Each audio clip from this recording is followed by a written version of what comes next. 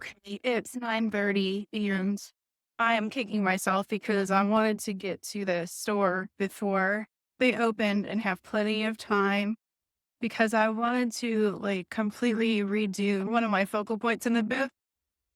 But 9:30, so by the time I get there, I'm not gonna have that much time before we open. It's really pretty this morning. I just wanted to show you where we are in rural North Georgia in LJ. This is where my antique store is. I didn't have anything priced. I got up at 6 a.m. It took me like 2 hours to hand wash everything and price it. And now I'm going there and I'm just kicking myself for not pricing the items last night. But it was Friday night and I just felt like watching TV surrounded by my dogs and I didn't do anything. That's just the way it's gonna be. I'm gonna have to work when there's shoppers in there, but it is what it is. There's some debate on whether or not it even makes a difference to reset the booth when your store is in a tourist town like ours is. What that means is that most of the people who come visit our antique store, they are traveling from other places and they're not regulars. So they're not people who come into your booth and shop every week. So they're never going to know if it never looks different. So that's kind of one of the benefits because I live 2 hours away from my antique booth. I can't just be resetting it like every 2 weeks or something like that. As much as I would like to do that, it's just not convenient for me to be able to do that. I still want to reset it though, because I feel like I can do better with my two focal points. And I may not be able to reset both. I might only be able to reset the one on the left side of the booth. I'm going to do it even though it's not as necessary for us in our store to constantly be resetting because we live in a tourist town. Because we just don't have that many regulars anyway. But for my regular customers who do live in town and shop here every week or so, I want it to look different and fresh because spring is coming and I just feel like people will be more excited about coming in and checking out my booth if it looks different. And antique dealers just know the secret, and that's when you move something to a different spot, it will sell like in the next couple of days. Even if that item has been sitting there for a year, you just move it and you sell the item within a couple of days.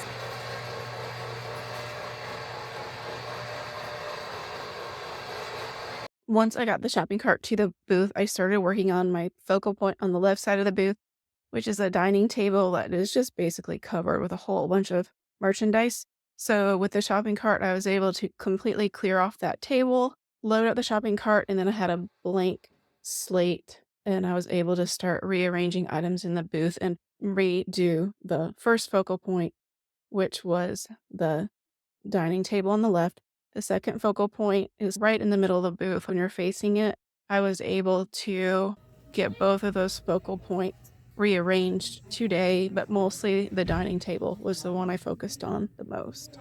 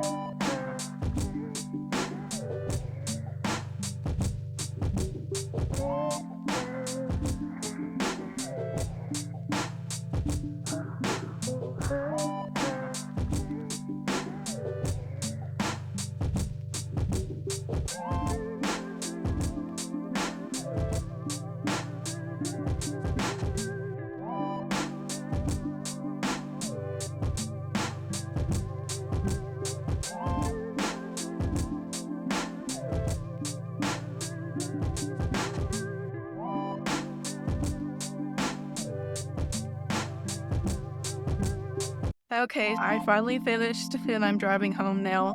It took me 3 hours to reset my booth. I'm really pleased with the way it ended up, and I hope it boosts my sales now that it's all freshened up for spring. Such a pretty day, and I just wanted to show you more of what it looks like in Ellijay, Georgia, and this is the little road to our neighborhood. I made it back home again, and I'm going to show you the most fun part about owning and operating an antique booth. Are you ready? I'm about to show you. Let me switch the camera angle around so you can see. This is the funnest part.